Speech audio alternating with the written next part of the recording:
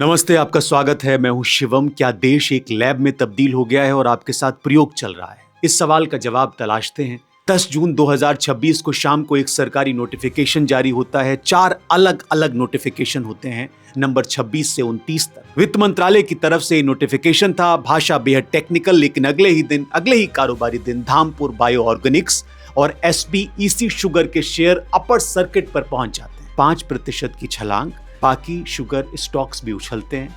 किसी आम आदमी को समझ नहीं आता कि आखिर ये हुआ क्या, क्यों हुआ। ये सिर्फ एक टैक्स छूट की खबर नहीं थी, ये उस बीमारी की सबसे ताजा किश्त थी जो 2018 से चली आ रही थी। एक ऐसी क्षमता को खपाने की बेचैन कोशिश जो कभी बनाई ही नहीं जानी थी उस पैमाने पर। और यही वो सवाल है जो असली इन्वेस्टिगेशन को खोलता है एथेनॉल मामले। अगर सरकार के अपने आंकड़े बताते हैं कि भारत की एथेनॉल क्षमता लगभग 20 से 21 अरब लीटर है, लेकिन E20 प्रोग्राम को सिर्फ 10 से 12 अरब लीटर चाहिए, तो बाकी लगभग आधी क्षमता किसने, किसके पैसे से और क्यों बनाई?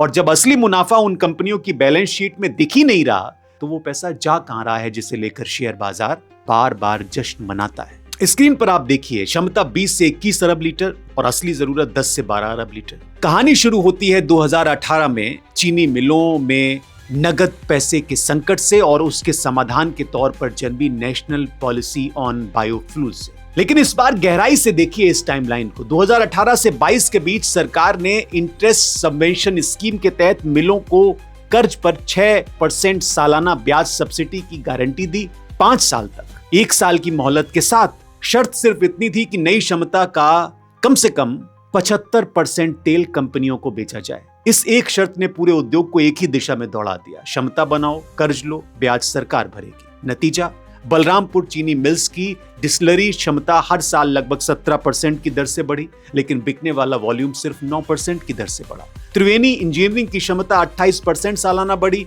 वॉल्यूम सिर्फ 18%। डालमिया भारत शुगर की क्षमता 33% सालाना बढ़ी, वॉल्यूम सिर्फ 21%।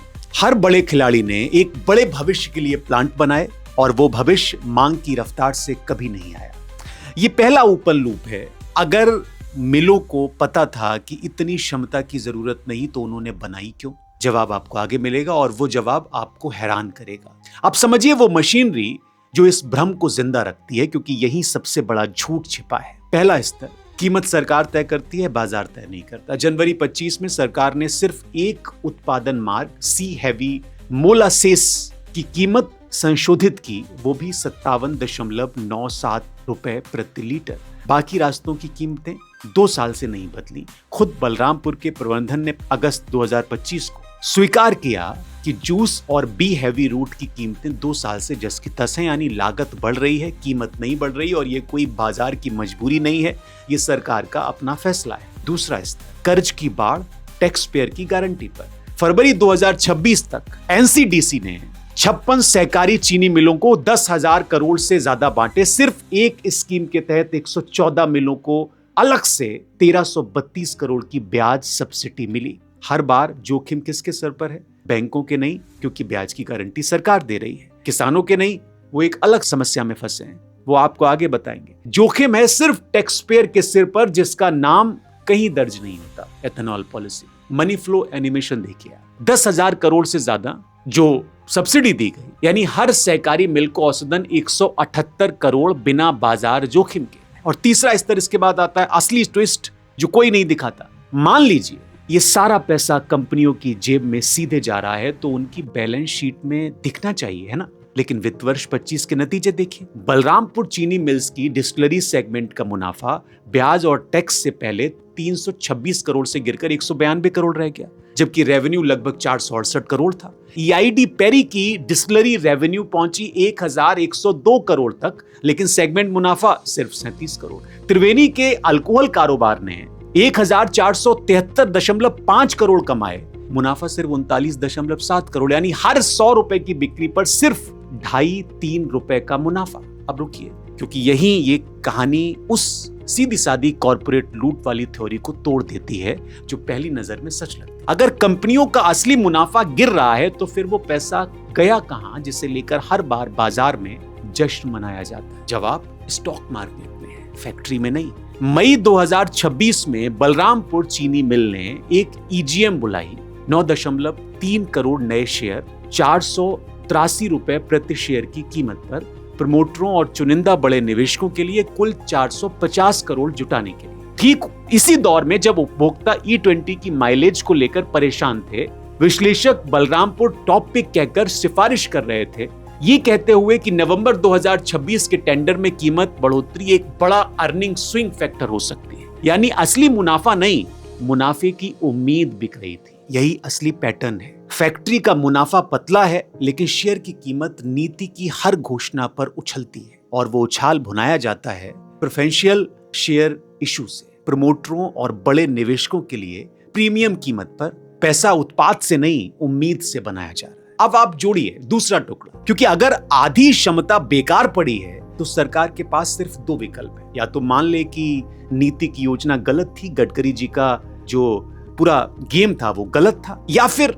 नई मांग गढ़े। सरकार ने दूसरा रास्ता चुना। जुलाई 2025 में E20 लक्ष्य पूरा होने का ऐलान हुआ, लेकिन उससे पहले ही बिना रुके टारगेट आगे बढ़ा दिया। E30 की बात 2030 के लिए तय हुई। फिर 10 जून 26 को E22 से E30 तक की एक्साइज ड्यूटी माफ कर दी गई, और अब E80 से 85% एथेनॉल वाला ईंधन सिर्फ 48 पेट्रोल पंपों से शुरू होकर दिसंबर 26 तक 500 और 27 तक 5000 पंपों तक पहुंचाने की योजना है सरकार की। पेट्रोलियम मंत्री हरदीप सिंह पुरी ने खुद बताया कि E85 E20 से करीब 20 रुपए सस्ता होगा। E85 सस्ता है, लेकिन सिर्फ उन गिनती की नई फ्लेक्स फ्यूल गाड़ियों के लिए जिसे हाल ही में लॉन्च किया गया मारुति वैगन आर फ्लेक्स, जिसे कोई खरीद नहीं रहा। एक नई 2 स्तरीय ईंधन अर्थव्यवस्था क्यों खड़ा कर रही है सरकार? ये सवाल है, आप जवाब दीजिए। और यही ऑल इंडिया डिस्टिलर्स एसोसिएशन के deputy director general Bharti Balaji का बयान बेहद ईमानदार निकलता है।